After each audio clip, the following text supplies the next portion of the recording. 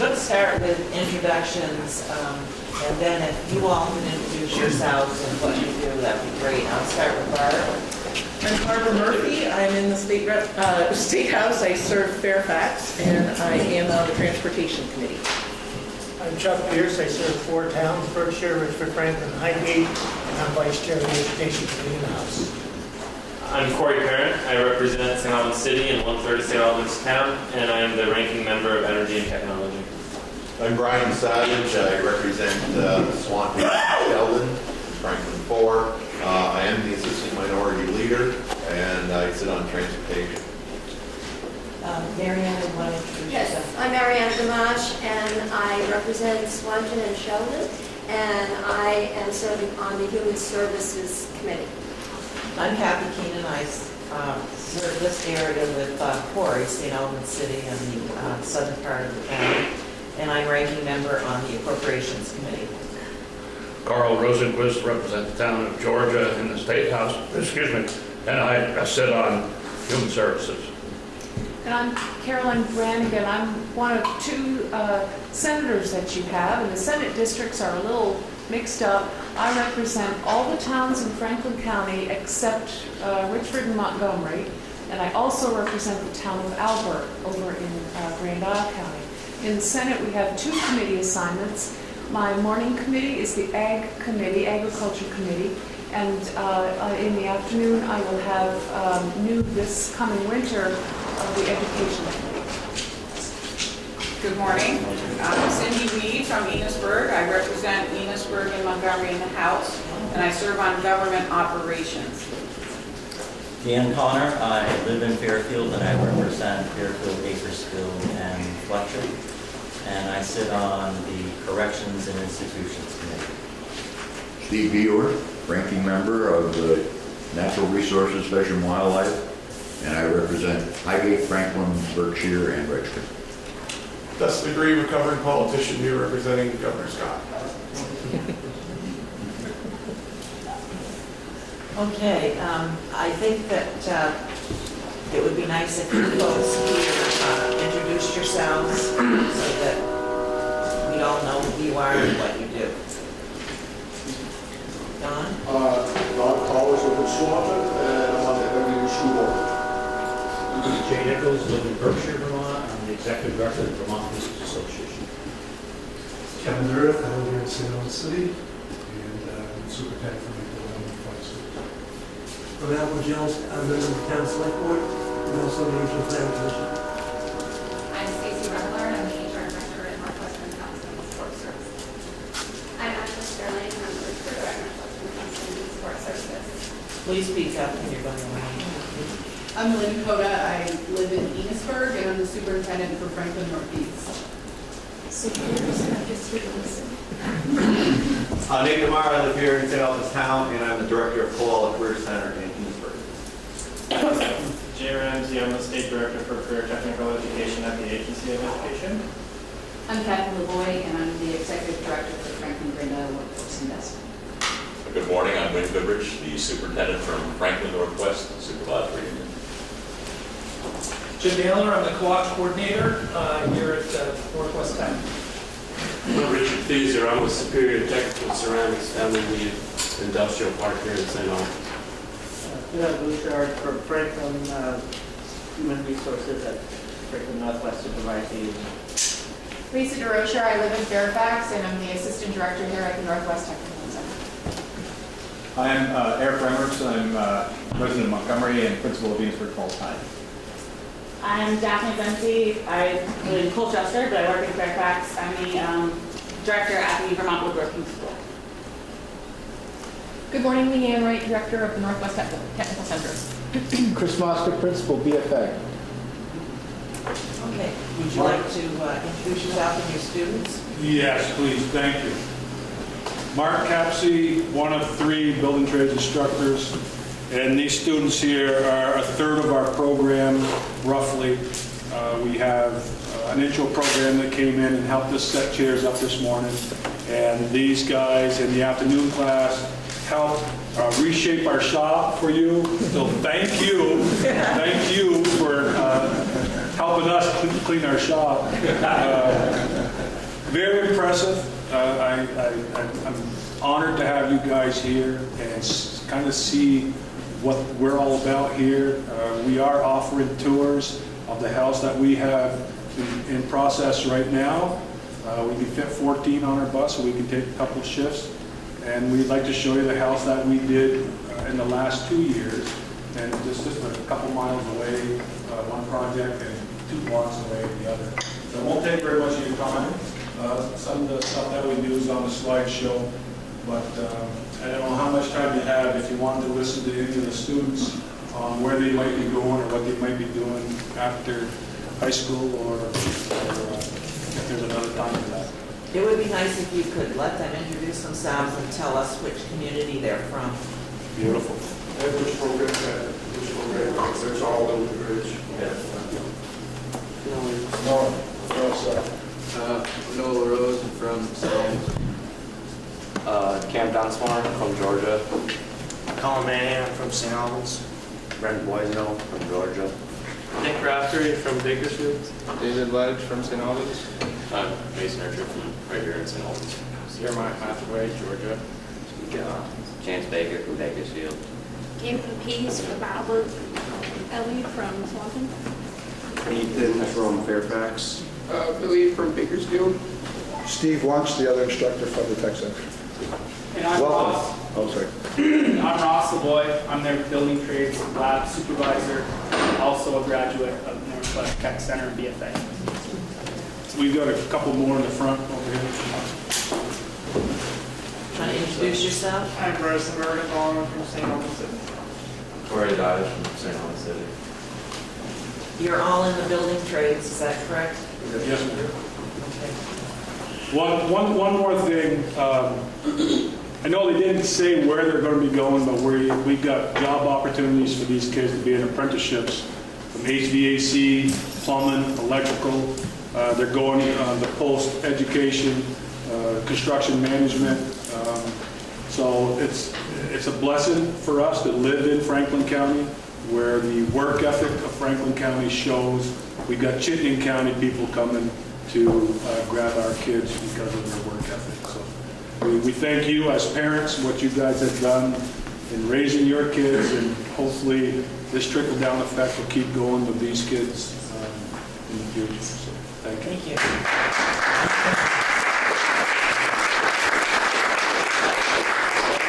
Lisa, do you want to go over the handouts?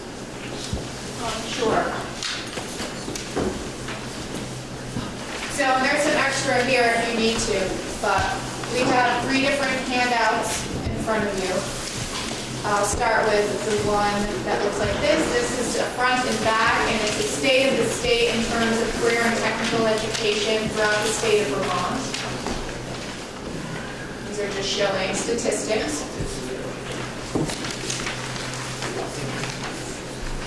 And the other handout is just helpful for you to know what types of programs the Northwest Technical Center offers. This is front and back.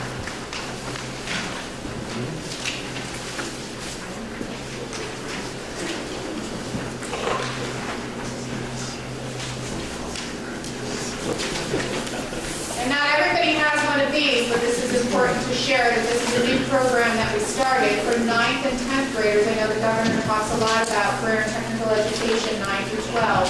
This is a pre-technology course called Outdoor Technology. Lastly, Kathleen and I discussed how we frame today's conversation, and that's what you have in front of you as well.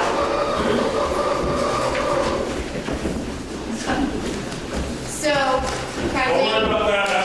That's our place that we keep in the back. So how this is laid out is framing 2 different discussions. One is about education and funding, but then also how does that flow into the workforce gap that we're currently dealing with, which is a net annual gap of 11,000 bodies. So at the bottom it talks about students, where we have high schools and technical centers all trying to provide wonderful academics, yet we have funding that can possibly, or that does get in our way. And then we have the adults listed at the top. And that talks about the different training options that we have. We have Kathy LeBoy with the Workforce Investment Board board that provides training. We provide training here through the Career Technical Education Centers to adults. We have the Vermont Technical College system. And so we have a lot of different competing factors as well. And on the outside, it talks about the workforce gap. Is that good, Kathleen? That's great. Kathy, do you want to talk a little bit about what you do and how you tie in? Yeah, sure. Great. Okay, yeah, so I'm Kathleen LeBoy, the Executive Director for the Workforce Investment Board. And for here in Franklin County, we are a little bit unique. We are one of the few regions that still has a Workforce Investment Board. Although I must say that in every region, the work that I do is being probably done by somebody else in some capacity. The biggest issue, we do two things. We work with individuals that are looking for jobs, looking for training, and support to be successful in the workplace. So here regionally, I work a great deal with Baby Workforce Solutions, which is the baby and home rehab units for those individuals that need that type of support. I work very closely with both technical centers on individual students or adults that need some sort of support. As well as I'm directly in the high schools working with individuals, students that are talking about their goals, their careers, their skill sets, and that's a unique sound.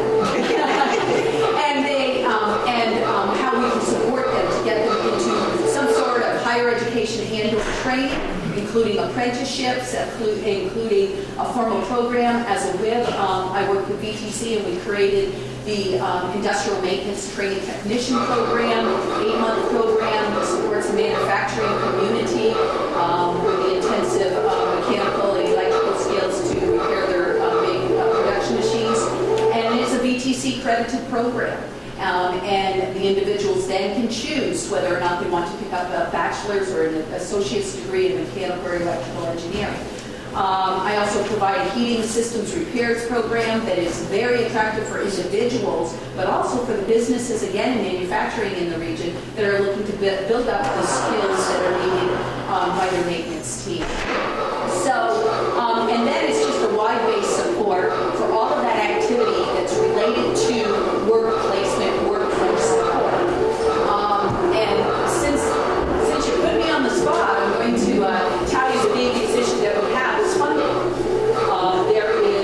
I collect $7,500 a year from the state of Vermont to perform the function that I do. I certainly have enough people here I work with that whether it's Kathy LeBoy or not, it's the individual doing it. It is absolutely work that needs to be done. It's the hub that brings the activity in this region together, working with our RDC, working with regional planning, working with the state of Vermont, working with the school systems, working with the employers. And it is necessary regionally to bring that together. So I'm very respectful of the decisions that the governor has made in Dustin's new role, but I'm also going to say your success, our success as a state, is only going to come if you have a better understanding of what's going on regionally, allow those regions to operate in the best way that they're probably already operating, look at some model processes and procedures that are happening in those regions, and then support it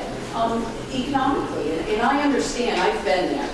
I understand the pressures all of you guys are on financially, where the money's going, but there is a lot of money coming into this state for workforce investment. And I think it's Act 134, is that right? 135. 135, that is looking at that. Yep. And that is the most critical outcome that you can give us, is tell us where the money's going, how it's being spent, and then support the regions in model policies so that each of us can be successful in it. So yeah. Could you repeat how much the state gives? $7,500. You do all that with that $7,500. Yep. That's pretty impressive. I'm very fortunate. Now, was that to recently locally reduced? Didn't you get more at one time? Well, it was the primary funding stream, I believe, for the Workforce Investment Board used to come through the Vermont Training Program. And I will admit, those changes that came to the Vermont Training Program were necessary. But when that happened, You know, it went from a $60,000 funnel of money to $7,500. And the same work needs to be done, if even more so, I believe, because the supports to get individuals into the workforce has increased more than it ever had. Thank you.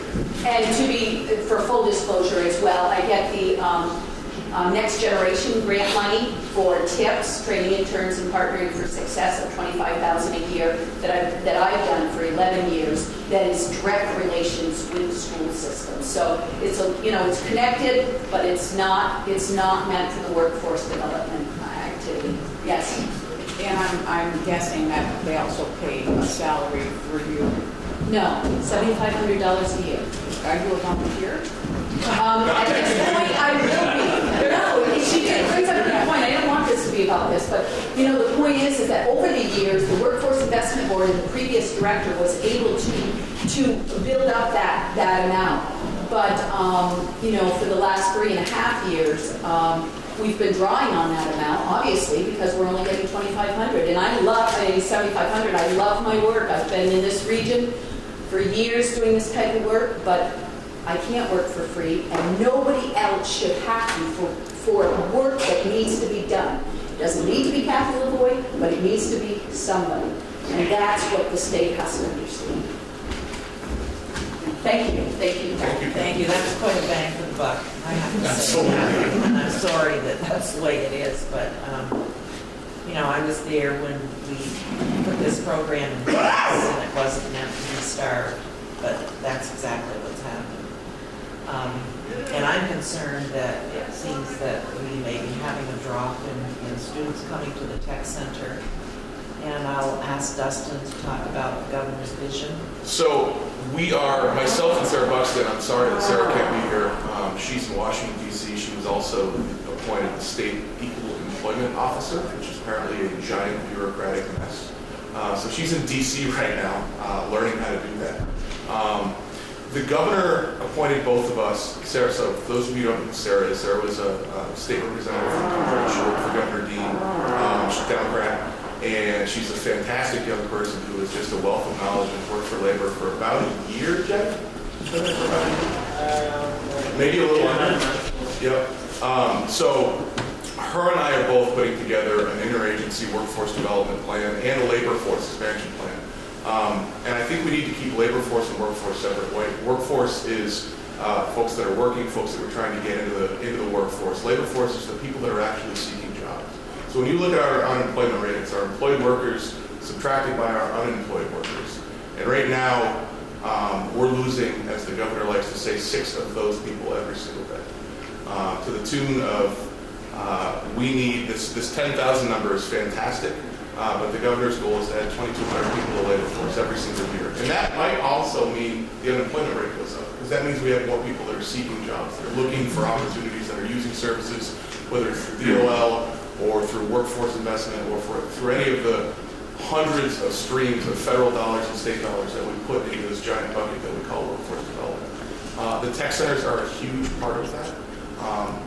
We see an opportunity with the 40% or the 50% of Vermont high school kids that don't go on to higher education to get them licensed or certified or an apprenticeship program and into the workforce. The real demographic that we're talking about is 19 to 24-year-old Vermont young males, honestly. Those are the people who were either, and I've got educators in the room, so I want to be careful with what I say, but either forcing into a college situation that isn't right for them and they're racking up debt, or not showing them the opportunities outside of the traditional 2 or 4-year college program that I think CTE and the Vermont Apprenticeship Program really do offer. So the governor's program will have a robust plank in it about career technical education, both at the secondary level and adult CTE. Sarah met with adult CTE a couple weeks ago, right before I came on, and we see a huge opportunity to kind of bring them together, bring them into the conversation, and do kind of what you're talking about, Kathy, is they really focus on where the money is, right? If they can get a grant to train somebody to do widgets, they're going to do that. What I think we want to do is we want to look at what's needed in those sectors, what's needed in the specific regions, and try to partner with businesses to get, like an SDC, to work with the adult CTE to train people that are going to be directly going into those jobs. I have heard a little bit about what's going on regarding whether there are schools that are not wanting to send kids to the tech schools. I haven't briefed the governor on that because I just heard about it, but my own personal opinion is that's really, really discouraging. Because I think there are a lot of people who have the opportunity. My brother's a master electrician. He never went to college. He's got a license to print money. And he has a 15-person crew, and he's really a success story of the amount of support that is there that we need to just channel people to who might not be ready for a 2-year degree or a 4-year degree or looking to do something in the trades. I think everybody knows the governor is a construction person by trade. He has a very good understanding of what that industry looks like and how the opportunities can affect Vermonters. So I'm mostly here to listen. Our plan is still not in its infancy, but it's baking. The governor will release it, the state of the state, along with some of the 135 recommendations that will be coming out too. But anything that you guys think needs to be in this program from the CTE side, certainly from the industry side, I'm here to listen and hopefully take back and share any good ideas that we can make a difference. But our goal is to add 2,200 people to the workforce every single year, and the economic value of those people is enormous. Tax money, putting people back in our schools, or putting kids back in our schools. And we're looking at 3 strategies. One, to recruit, whether it's recruiting folks who come to Vermont from out-of-state colleges to stay here, recruiting folks who left Vermont to go to college. We've got a plan with VSAC where they're going to let us use their mailing list to kind of reach out to people that we know have a connection with Vermont. South Dakota has employed, and Maine actually, have employed 2 really incredible programs where if you want to return to South Dakota, return to Maine, you can call the Vermont Department of Labor and they connect you with a career agent who will let you know about the jobs that you fit into, will let you know about real estate opportunities that exist there. They'll tell you about the schools and what might be right for your family, and they literally walk this person all the way through the process. And I think it's really cheap, which is good. But they're placing one person back in South Dakota every single day, which I think is amazing. Maine is a little different. Maine is being run by the former executive director of their Realtors Association, which is obvious industry benefit there. They have housing they're trying to fill, so they're going out that way. But we're going to be rolling out something that looks like that, partnering with the Department of Labor and ACCD and AHS. We also need to retain, right? We need to keep people here. Also, part of the recruitment effort, as I just kind of rambled here, but part of the recruitment effort, we spoke with General Craig of the Vermont National Guard. There are 1,400 people who detach from service at Fort Drum every single year, and a lot of them are electricians, a lot of them are medical people, they're nurses, they're RNs, they're EMTs, and we're working with OPR to make sure that their certifications happen immediately so that they can come and know that they have a license to relocate to Vermont. We're also looking at a scholarship to try to reduce the amount of money it costs for a Vermont National Guard member to go to college. A lot of people don't know this. 1/3 of all Vermont National Guard members are Vermonters. They don't live here. They're from Massachusetts, they're from New Hampshire, they're from New York, and at least in New York and Massachusetts, a lot of the reason they don't come here, even though they want to be part of our unit, is because they have a free or cheaper education in Massachusetts or Vermont, or in New Hampshire, or Massachusetts and New York. So if we can compete with that, we may be able to draw them here because they're already coming here. We're even looking at trying to get some of the displaced folks out of Houston and Puerto Rico to come here to relocate.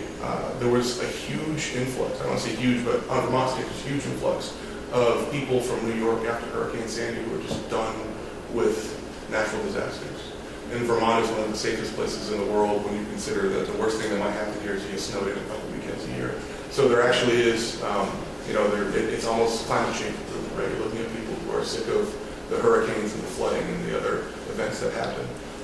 And the third R is retool, and that's you guys. That's trying to figure out a way that we can train young people and folks who might be looking to relocate into a new job for the 21st century economy and sector-based employment that we know we have in Vermont, but we might not have the right candidates for it. So it's broad, it's going to be interagency. We're meeting with the agency Human Services and the work that they do through bulk rehab and creative workforce solutions, and it will be robust, but we're going to need the help of these folks And we're going to try very hard to do it revenue neutrally. So really, it's not shifting of the deck chairs, it's chopping down silos and getting people to work together. Yeah, that's kind of where we're headed.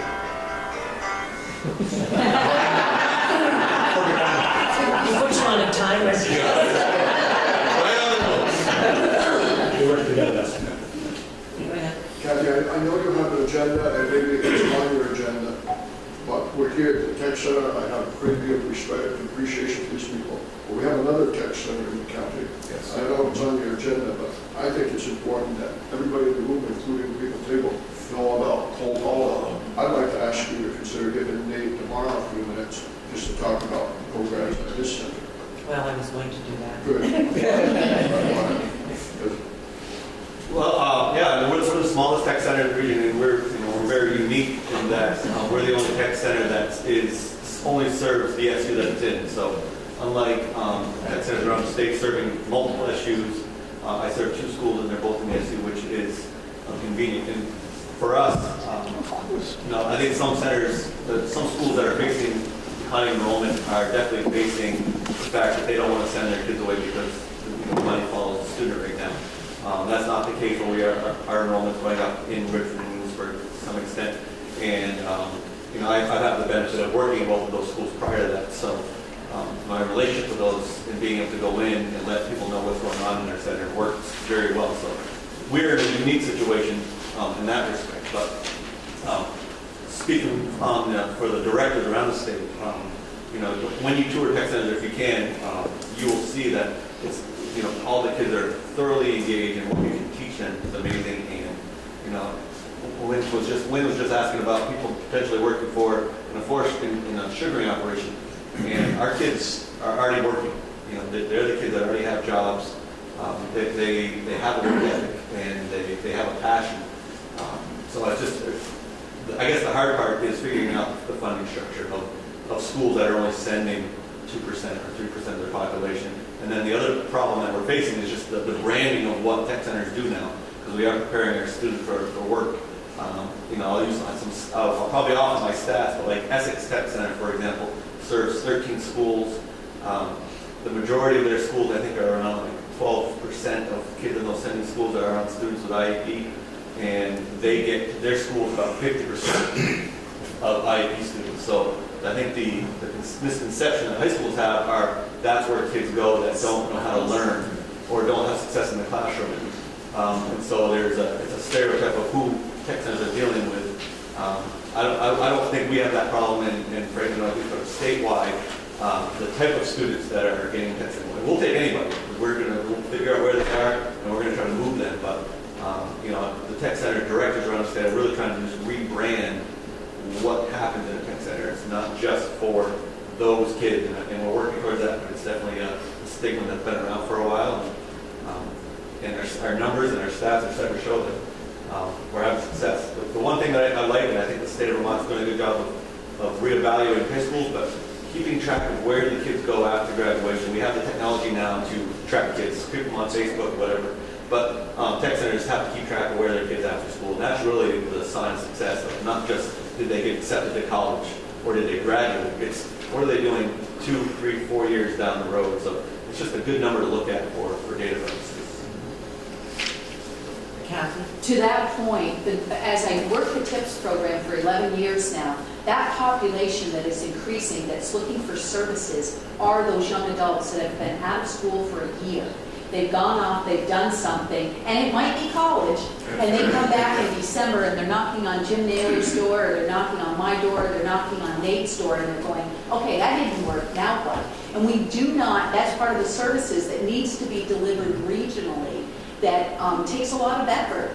And we have to keep track of those young adults. They're the ones that are needing the most support. 19 to 24, that group for me is growing all the time.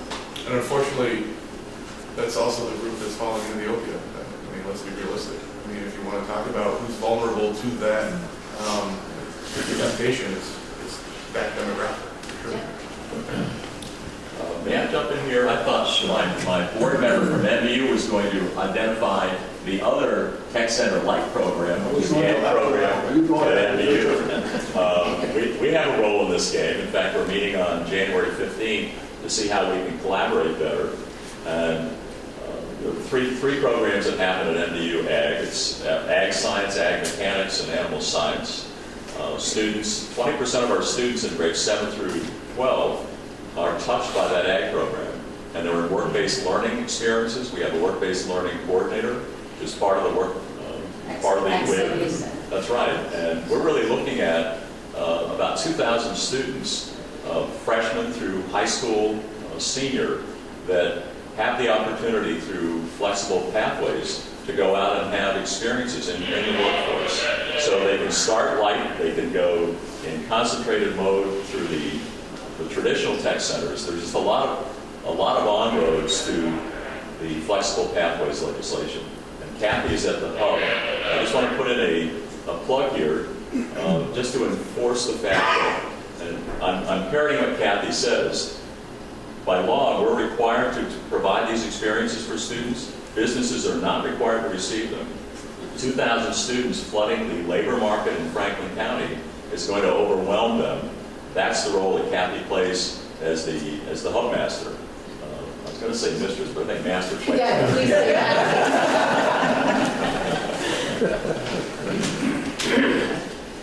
Would you like to talk a bit about the changes that have happened at DOE and the hiring of a Oscar and so forth, and where we're headed?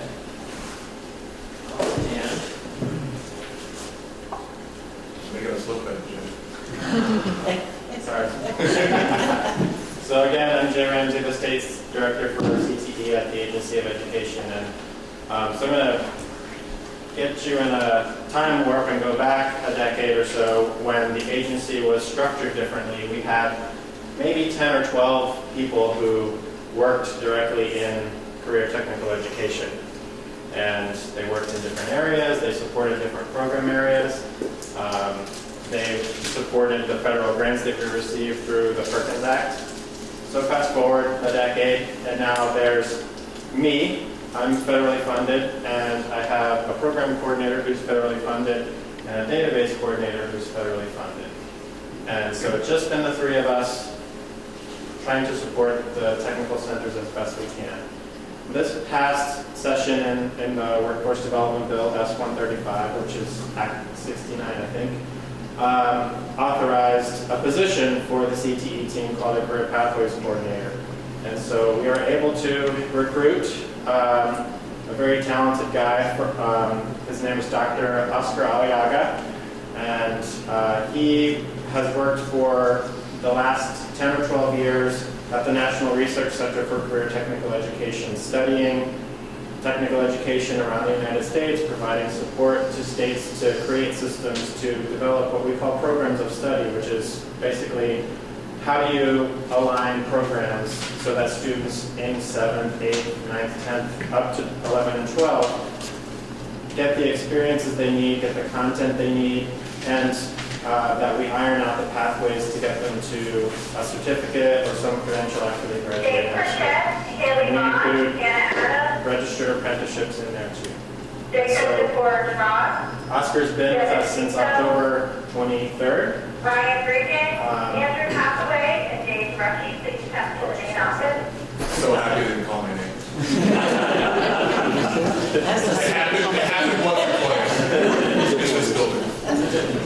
So Oscar has been, for the last couple of months, trying to understand the state of Vermont and our systems and how our students share time between high schools and technical centers, how our programs operate, what our outcomes are, how can we improve our outcomes, and then using labor market information, what are the jobs that are available that are sort of sore spots for us. And we've been working collaboratively with the Department of Labor and the Commissioner of Economic Development in these areas to say where are we overlapping and how can we move things forward.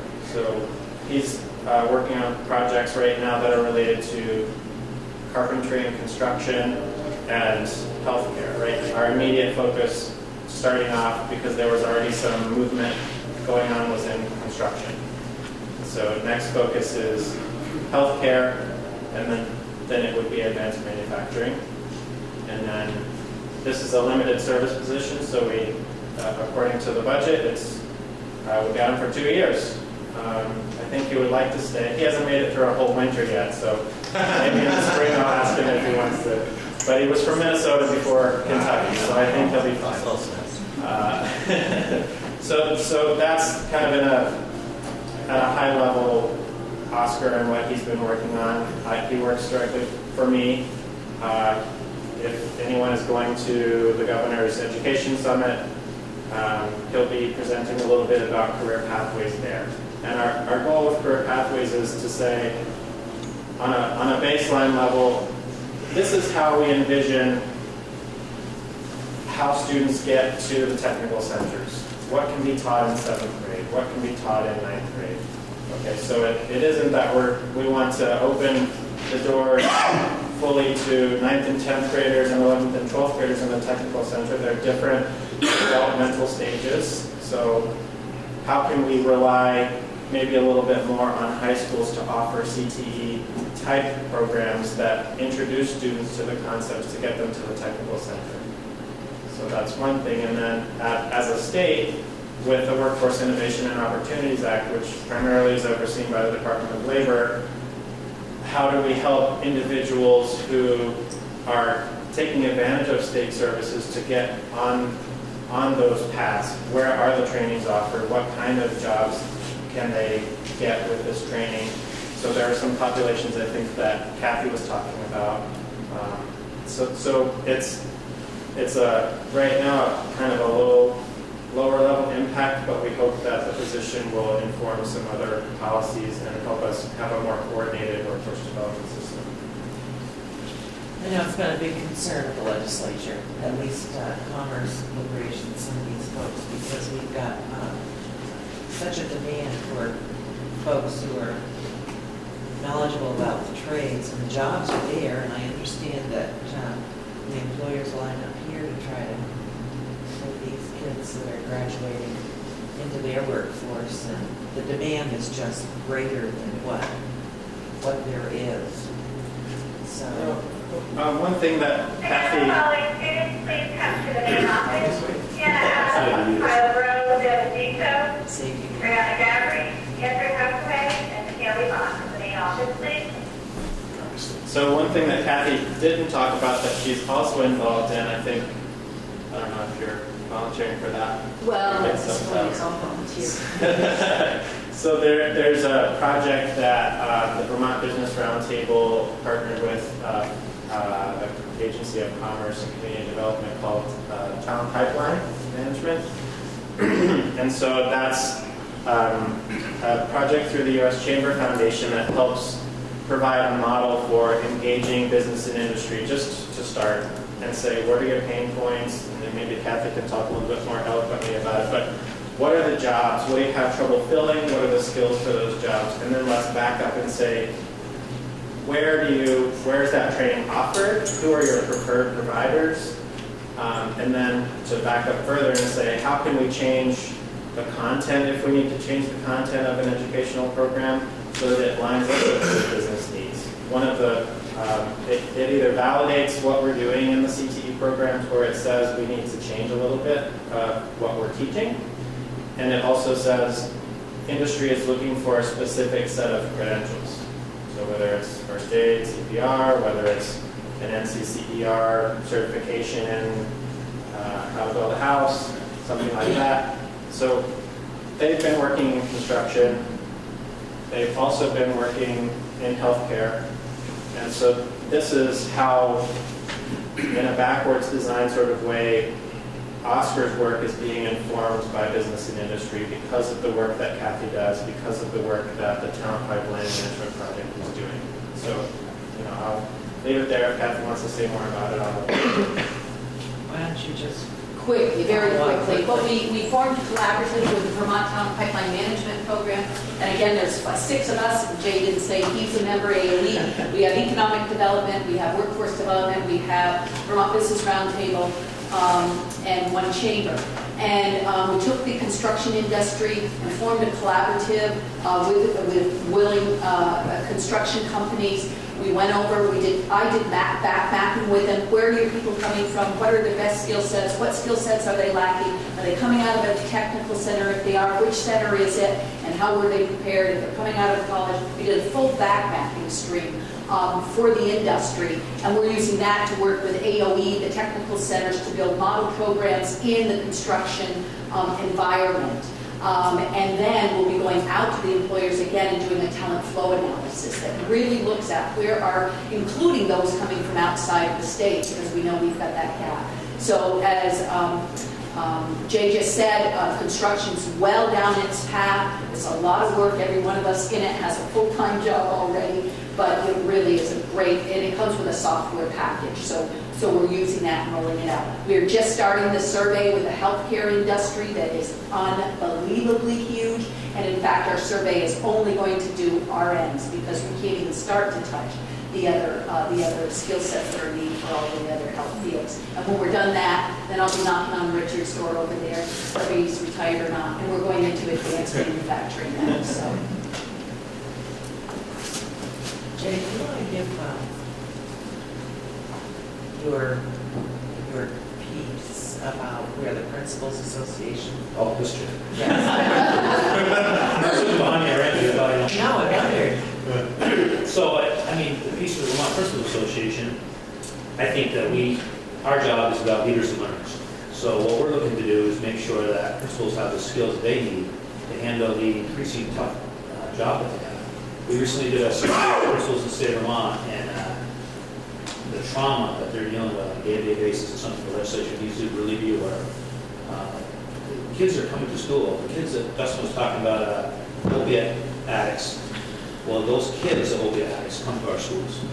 And the amount of resources that we need in schools and the things that teachers and principals are dealing with is like it has never been before. You can talk to anybody that's in a school, anybody that's a principal, especially if a principal's been there for an old person like me who's been around for a while.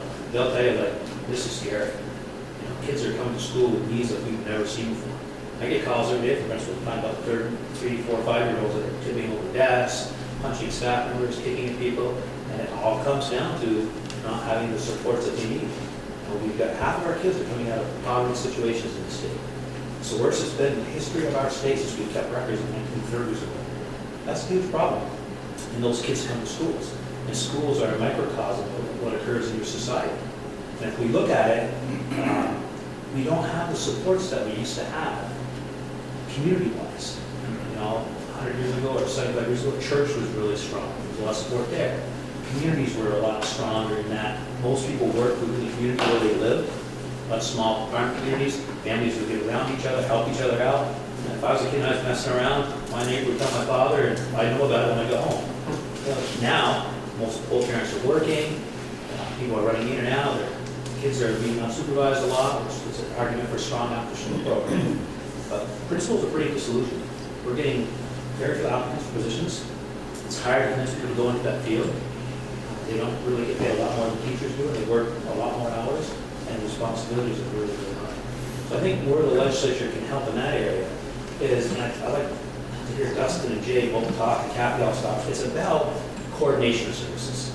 Sometimes we do a lot of things, and workforce development is an example of that, where there's a lot of great programs out there, but the left hand doesn't know what the right hand's doing. The more we can unite, the more we can coalesce, the more we can work together on all these things. Trauma for students is a perfect example.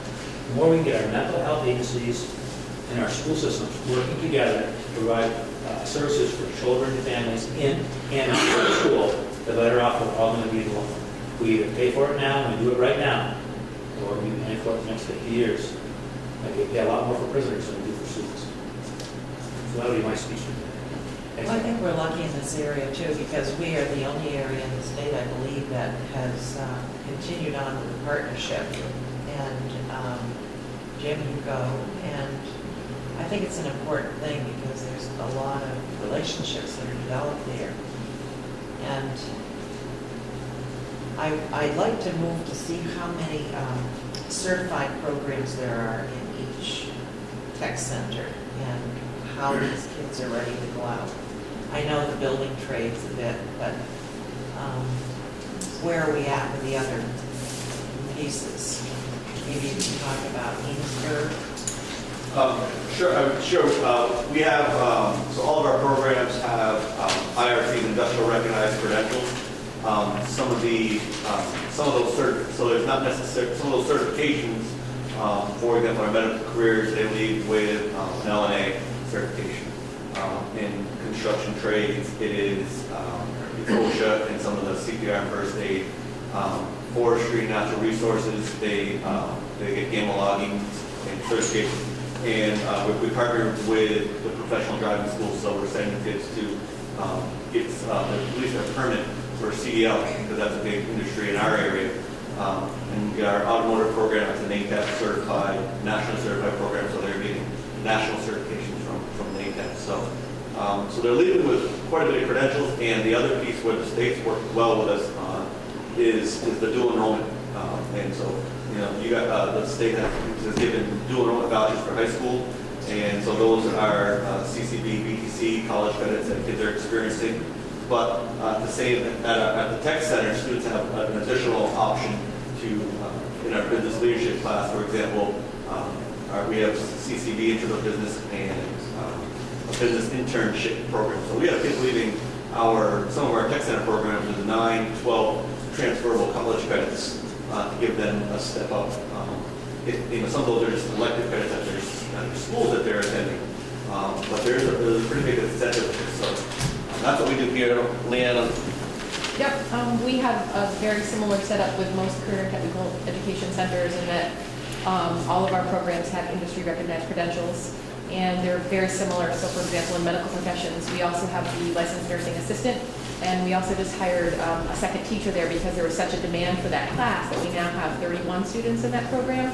And so we hired a physical therapist by trade, and he will be offering the certified pharmacy technician. So that'll be happening with the second year students in that program. We have public safety and fire services, so students that graduate from that program can earn their firefighter 1. All CPR certified, wildlife training, lots of industry recognized credentials there. And then many of our programs also have the dual enrollment as well, so they're graduating with those college credits. Lots of good skills for them to enter the workforce and or college right after high school. When, how do you handle your ag programs out at MDU? Do you have certification? Yeah. The one that I know of is OSHA certification in ag mechanics, and they lead with a credential there. And again, we're revamping some HVAC programs. We have a new teacher in middle school that's beginning to work at that level. So not credentials like what we have here, but I would consider that like a feeder program for students to be able to go out and begin exploring, and then as they want to concentrate, they have those opportunities as well. Anybody who've got questions at this point? Dan? So collectively, between the 3 centers, how many certified programs do we have?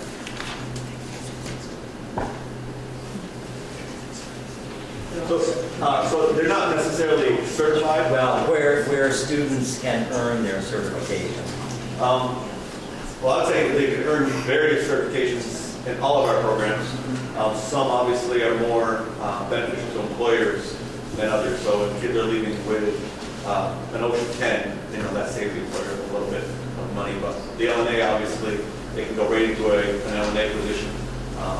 The CDL permitting, they still have to go through their CDL testing, and we're working on. We have a good partnership with professional driving schools there, with Greens is established. So we're just continuing to look for partnerships where they can feed right into an employment opportunity. But we have a lot that work with various, burning gauges, plumbing around here, taking our apprenticeships. So it's really about the relationships and connecting them to employers.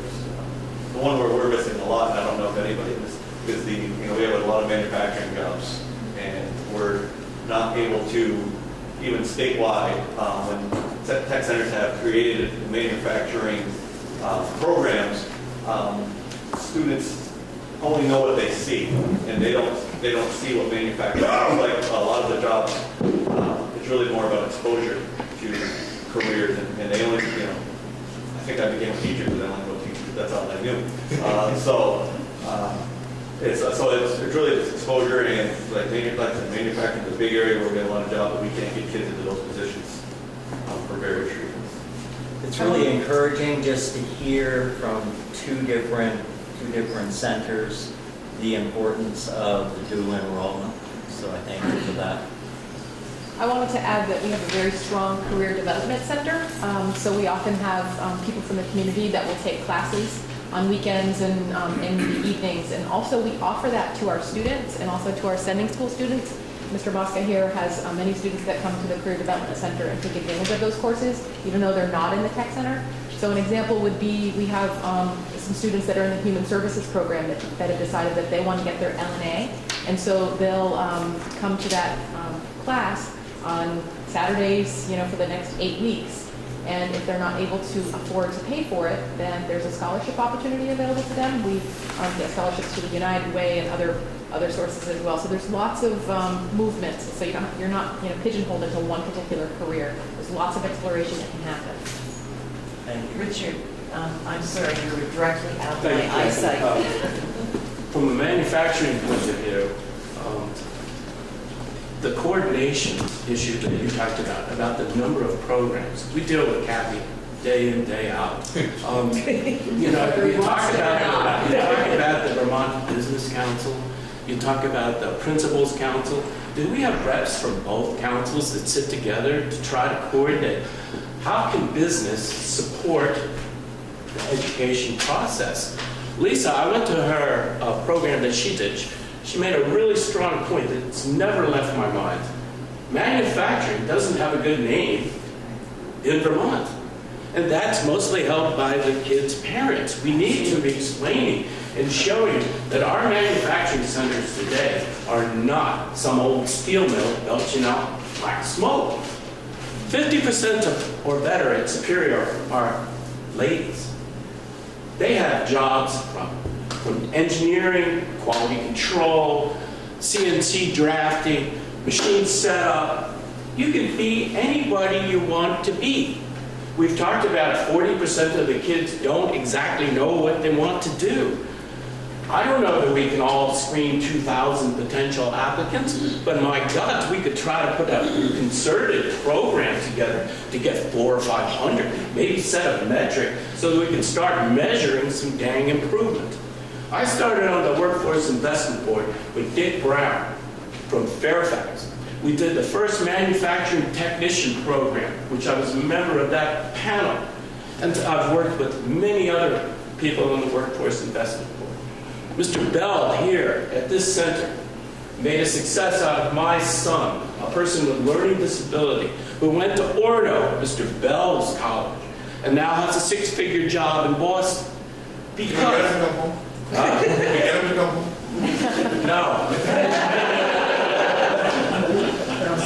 So it is not a mark of disrespect or lowness to come to the tech center. It rounds you out. It makes you aware of what is out there. That is the message. How can business help you sell that point?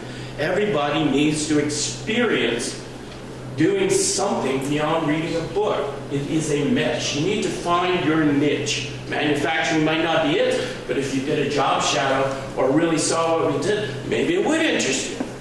If it doesn't, fine. But we need to work together. We don't. Education, business is still miles apart. The government, you guys are trying to figure out what you're certified in. I don't think all three of us are together at all. Vermont Talent Pipeline does that, just saying. Real quick, Richard, you're absolutely right. One of the charges of 135, and this is mind-blowing, right? One of the charges of this piece of legislation is to just figure out what we have. Like, take an inventory. That had never been done before. I know. There's $60 million of federal and state money that we put into workforce training. A lot of it has strings, a lot of it has to go here, a lot of it has to go there. But we didn't even know what we had, what we could use, and what we could combine. So, Richard, I think you're absolutely right. I spoke with Tricia Coates from Vermont State Colleges, And we have to put programs in the tech centers that, whether it's career readiness, whether it's the manufacturing classes that you're talking We have about. a very successful manufacturing base in Franklin County. We're all proud of it. And we're all willing to support. Call us, ask us. We don't need money. We'll come support you. Because it's in everybody's best interest. Carolyn, did you have a quick question? Well, my question was about the certifications. I was wondering, this last column here on this sheet, can we count on that for being a list of what certifications are available? I know at the top it just says Northwest. I understand too that these would just be the very beginning levels of certification. I know that we have trouble beyond that 24 age threshold. I know of a handful of kids from Georgia who have PhDs in chemistry, and they cannot find work in Vermont. And they're frustrated. They go to Cornell, they go to Notre Dame. These are smart kids with skills who come home and can't find work here. So I'm just trying to find out where the paths might lead, and where the starting point is. So I just want to comment, building on something that Dustin was saying earlier. We do have a system nationally and in Vermont where oftentimes kids are pushed towards college, whether they're meaning to do it or not. And a lot of times guidance counselors, it's in their head, they've seen statistics all their lives that if you have a 4-year degree, this will be the amount of money that you make compared to if you don't have a 4-year degree. You hear that over and over again. A video I would encourage you all to look at is a video called Success in the New Economy. It's about 5 minutes long. It's by a guy named Kevin Fleming. And it was sponsored by community colleges, so it has a community college bent to it. But he talks about the amount of underemployed people that we have that have advanced degrees but are working in jobs that pay much less than what they went into. For example, you gave people that are doctorates in engineering or whatever, and then are working, on a job that's not what they were trained for. And that happens all the time. And the reality is that since the 1950s, we have the same amount of need for jobs. For every one job that needs an advanced degree, there are at least six jobs that don't need an advanced degree. Now, the argument would be that high school alone is not enough, and I agree with that. However, trade credentials, community colleges, I have a son, what? Apprenticeships. I have a son who went to Miami to be a phys ed teacher. I knew he wasn't going to be a phys ed teacher. He knew he wasn't going to be a phys ed teacher. He's still paying that off. Now he works on bulldozers and makes more money than I do. There's good jobs out there, but we need to stop directing people towards jobs just, you don't know what you want to do, go to college. It's about developing passion, something you care about. And when people do that, it's not work. It's part of who they are as a human being. They're more likely to do it. So I think there is a lot of... But I know with these graduate programs nationwide, there are a lot of kids coming from overseas who fill the slots. So those kids are getting employment somewhere. I don't go along with the fact that, no, we shouldn't be sending kids to college. I'm not saying we shouldn't send scholars, I didn't say that. What I'm saying is, if a kid wants to go to college because they have a passion, want to go in that field, that's fine. We have lots of kids who go to college, they end up with a 4-year degree, and they don't have a passion for what they're doing or interest in what they're doing, and then they're not successful, or they're underemployed, or they're in debt forever in a job that's never been working. That's the point. I think systematically as a system, we tend to try to funnel people towards college. I think we need to be careful. And I think that therein lies the problem, because we have to really see, we talk about it all the time, we have to value that technical degree and that 4.5-year apprenticeship in the electrical apprenticeship program. I'll put that up against any technical degree coming out of college. And we like to talk it, but we do not do it. One of the first things that I did when I started the TIPS program, and I was going to bring the kids on tour into our manufacturing, I come from manufacturing. I built Gatling guns for a living. I know what it takes. I have the guidance counselors sitting there looking at me, no fault of their own, having no idea what I'm talking about. What do? We went out on tour. And we've been doing it since. They need to see what the jobs are. Thanks to the support of WIN and Make a Run SUs, I've got to talk to the other SUs, they haven't responded. In February, I'm doing a STEM tour, and it will be with math and science teachers in this region. And we will be going into Vermont Precision Tool, and they'll have a hands-on experience of what it means to touch a micrometer, to touch a vernier, to use some of those tools. And then we're going to Northwestern Medical Center for the science side, and they're going to see what it means to be in that laboratory and get those skill sets. Because until we start valuing those young adults that are choosing a pathway that absolutely leads to success and absolutely makes more money, than some of our bachelor's and above degrees, then we're not going to solve it. Those are guidance counselors you're taking them out? No, these will be the teachers. I'm reaching deeper into the teachers that are math and science teachers, and we're going on tour to get that. Lisa does a wonderful job. She's working now with P. Shmula, I got the curriculum that we're delivering that's industrial maintenance from BTC that I put together. Lisa has it. She went to Pete. She and Pete are looking what they can embed into his program at the high school level that will perfectly align with somebody either going into industrial maintenance or something like field. Even if it is a college-based mechanical field, they're still going to be certified. But that coordination that's happening has to happen, and it's all of us finding whatever funds we have to get it done. And it's just, it needs more. I wanted to ask a question. I'll address it to you. Why are the kids from Fairfax required to go out of the county for tech ed? Good question. Okay, you take it. I'll take I it. lived with it. Okay. You can supplement my answer if you want. So the State Board of Education creates the regions for the technical centers. And so in the State Board of Education rules for the Burlington, Essex Technical Center region and the Northwest Technical Center region, it lists the towns. So the State Board has assigned the towns. That happened about 40 years ago, maybe 50 years ago. We can, well, I say we, I mean they, can change that No. legislatively. Notwithstanding the rules of the state board, you can change that. I had the legislation drafted. There is a process, though, to request a change in service region. And that has happened in the past. Yeah. They've done it. Another decade, I had it happen twice in my 14 years there. And A couple years ago, people in the community come out and say, no way. And what it has to do with is, I believe in part, is money as well. Of course. The way that we fund technical education in this state, there is an inherent disadvantage for those high schools to send their kids to tech ed. And this is not a new problem. I thought Dustin said he hadn't heard it. There was some. No, just recently, When I was down there, we talked Yep. about this at great length. It could get nothing changed. There's an inherent disadvantage. And here we are at the same time we're pushing as a state to put our kids into technical fields, to put them in technical centers, to align them with college and the workplace, and yet we don't have a funding system that supports that. Can you define what that disadvantage is? We could probably talk Money to follows the student. And it's not, right, and it's not a fault of a high school. I'm not blaming an MBU or anybody else. It's inherent in the system. You can't blame either one of them for what they're doing because it's the way that the money flows. I would just argue, I'm not sure that's really pertinent to the Fairfax situation. I was actually... Oh, it is on Essex's side, absolutely. on Essex's Yes, side. but not from Fairfax's side, not the way it was being explained. No, I it's on was the chair of Essex the side. Essex Burlington Tech Center Board a few decades ago when Don Collins was our superintendent.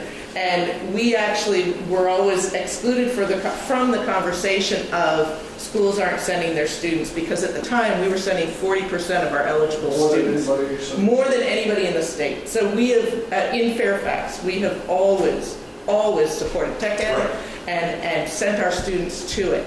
I think the dialogue that's now occurring is whether that shift can happen and how it benefits the students. And there's a polarization between what is being offered at the two centers that are being chosen from, the conglomerate centers, because it is an Essex-Burlington combination that Fairfax is still eligible to send their students to.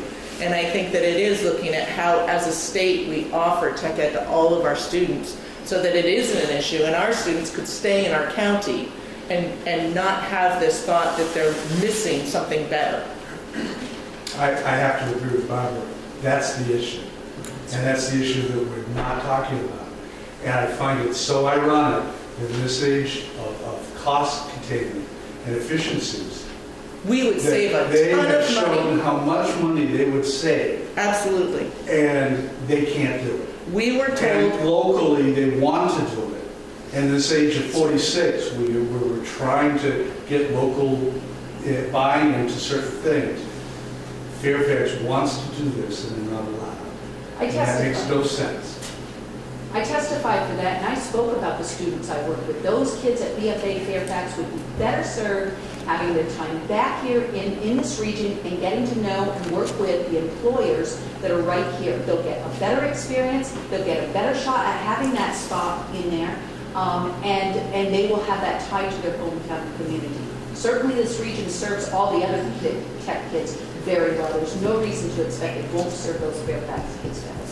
Plus they'll spend less time on the bus. Mariana, you had a question that I'd like to get into. Oh, sorry. Mariana and then Al, and then I'd like to talk about funding a little bit. We're running out of time, so. I thought you were working. I know.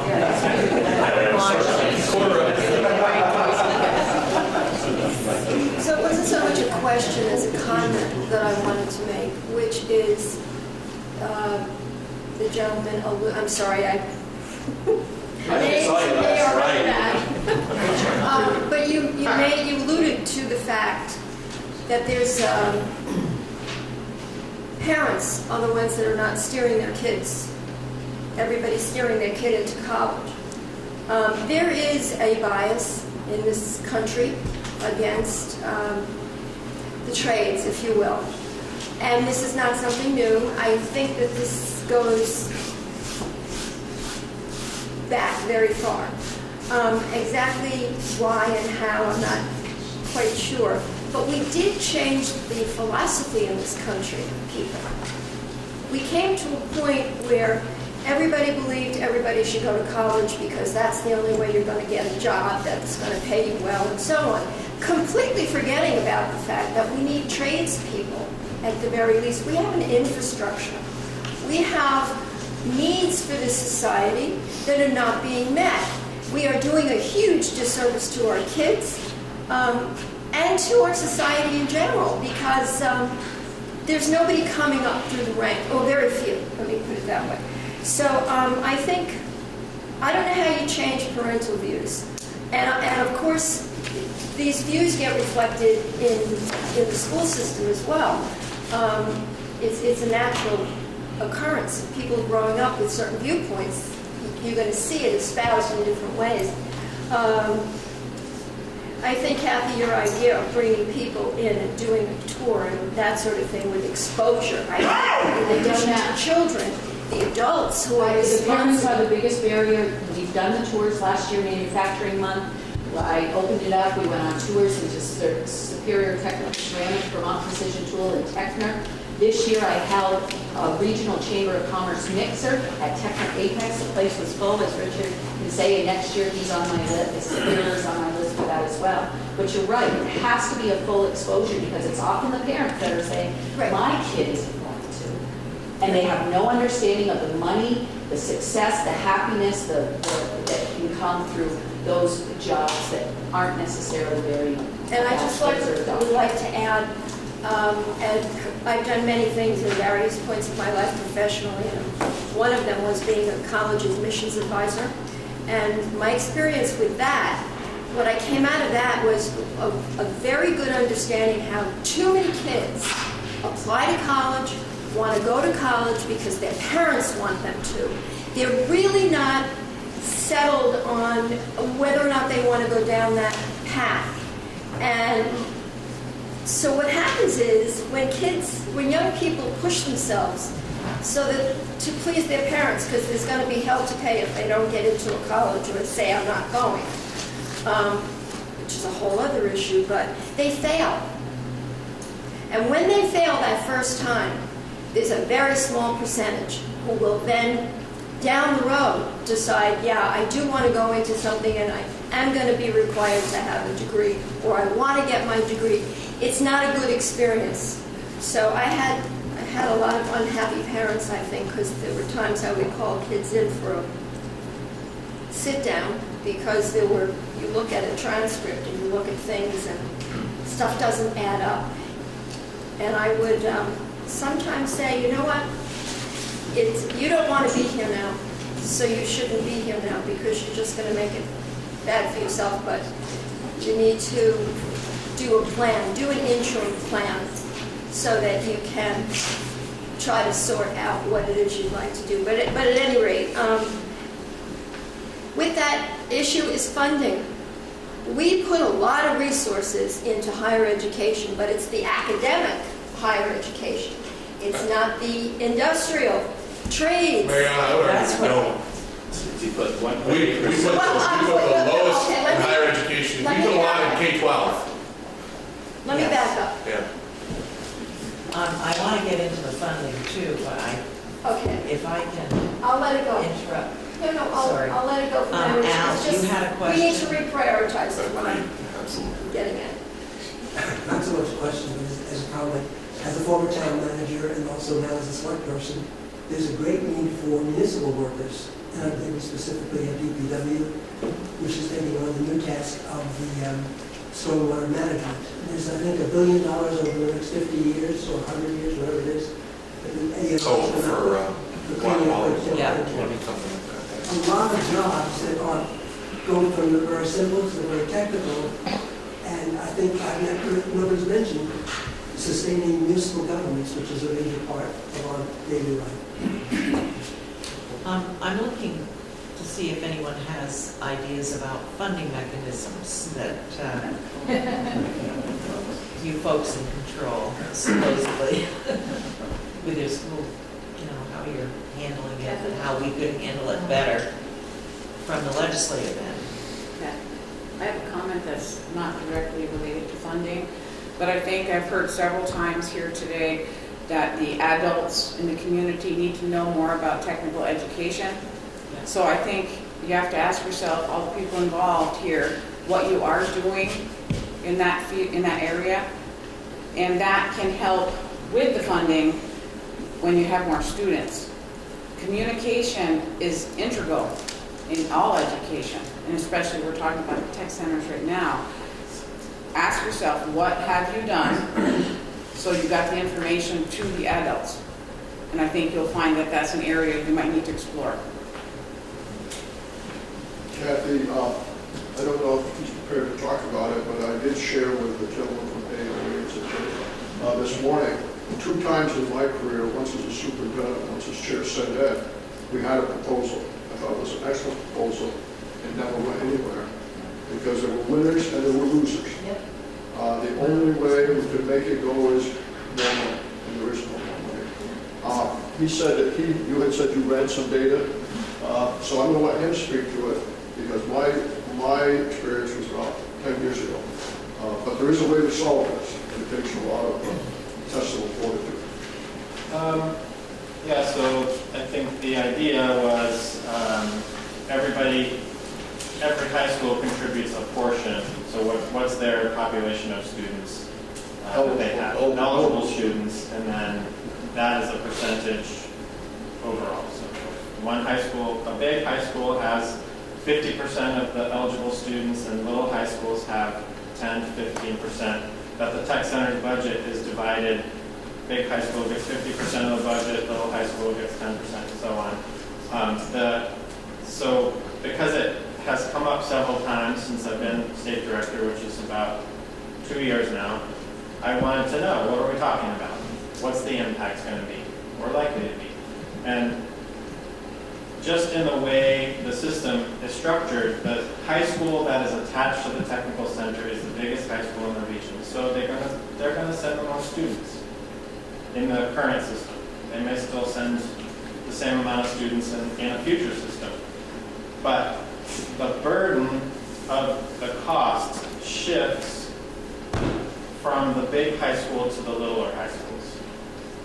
So they're not, I guess it's hard for me to explain because I did it last year, but the littler high schools will be paying more than they currently do in a system like that. That's what some of the data do. So this is the winners and losers. Do you want to expand on that? Because I'll tell you what we ran up against.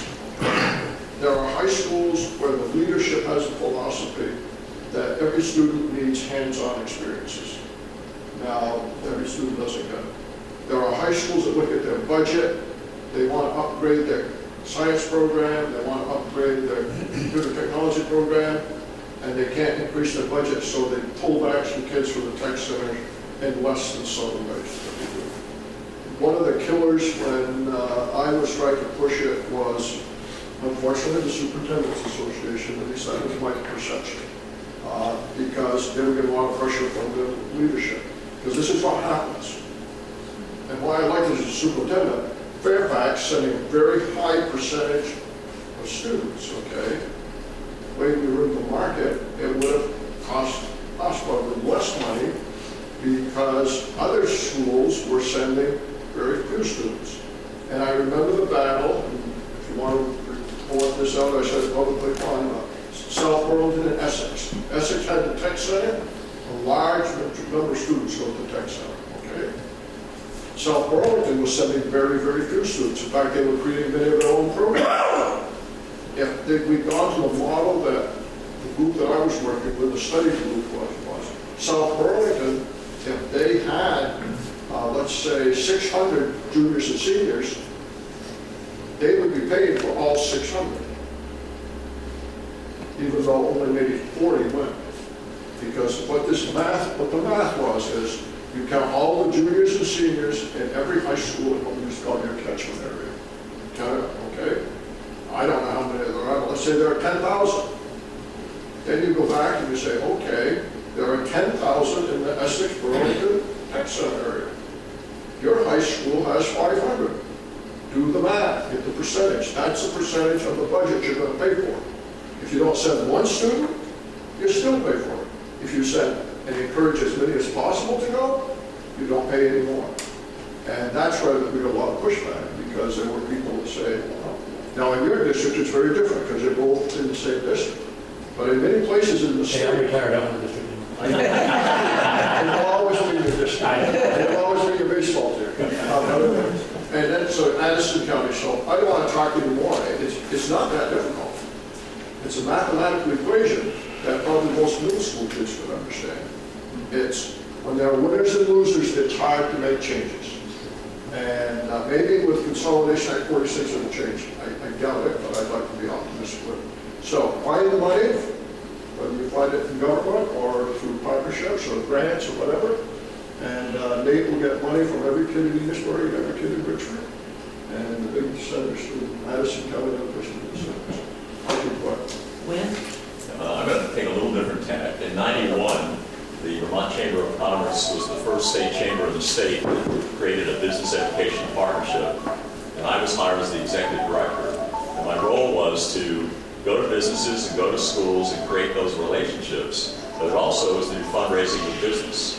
And I know Richard's probably going to start pitching nails at me, but one of the avenues from that is we went to business and we asked them to contribute to this cause, because they're the recipients of these students that are coming out of these programs. And so it's not a pay-as-you-go, but it's contribute to a pot of money that also provides external funding to this system of education. We're talking about how you shape the internal funding. This is another way to add to that. And that program was a federal grant that worked with the U.S. Chamber, the Vermont Chamber, the U.S. Department of Ed, and the Vermont Department of Ed. It was a wonderful opportunity. The problem was the Vermont Institute for Science, Math, and Technology started at the same time. The State Chamber had a $1 million cash match. Bismuth had a $10 million cash match, and there were too many cash matches going on so that program couldn't sustain itself. But it's a great model, and I'd be happy to share more with you how that worked. But Wynn, to your point, there was a legislative monies put up to match whatever business gave to Vermont Tech. I believe that was, and there was well over $1.5 million raised. Superior put up $30,000 to have those funds matched through Dan Smith. So I believe that business is there. You also have an economy now that has not been suppressed over the last 7 years through some actions that we had to fight through. So if we can put all that behind us and get together, keep reducing the deficit or the debt that we talk about every year by having another outstanding session like you had last time, then maybe we'll have a chance to see the success in our young people, find jobs for all of them, and keep them here. Let them keep the money they earn.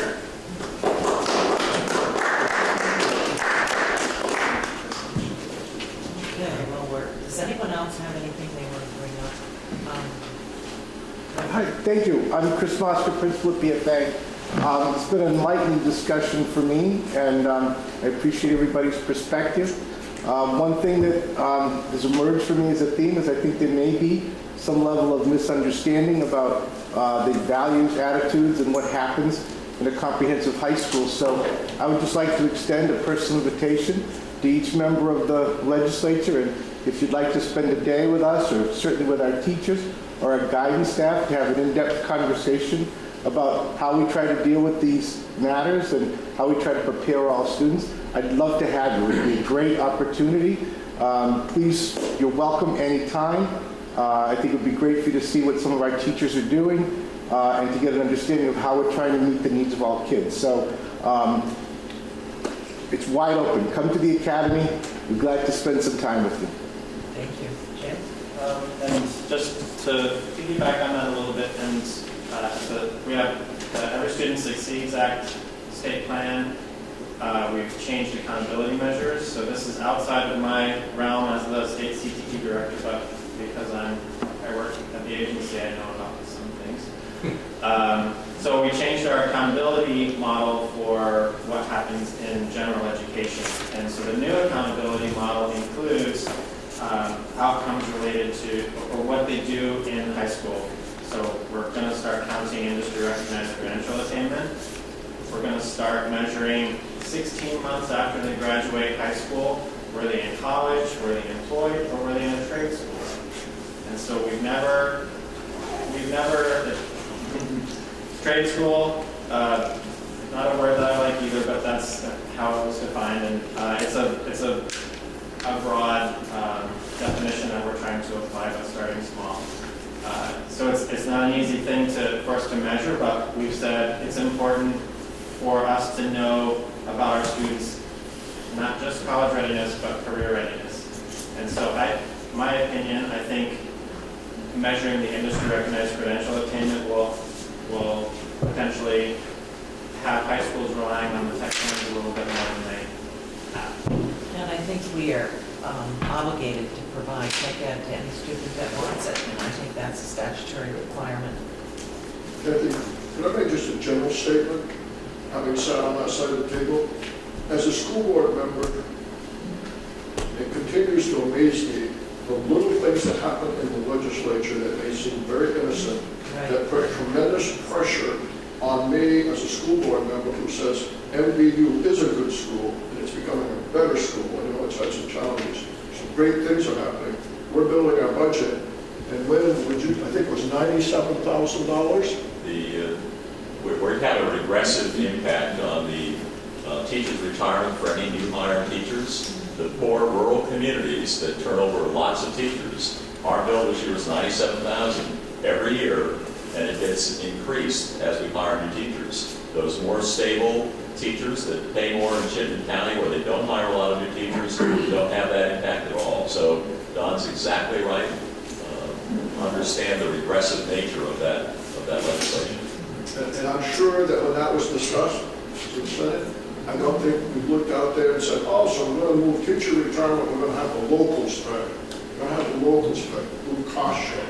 Won't be that much. I have 10 teachers, $10,000. Well, statutorily, and as we look at it, the rural areas are the ones that are getting it. They're really getting it. Anybody else said? Okay, thanks so All right. much, Thank you. Jerry. Thanks.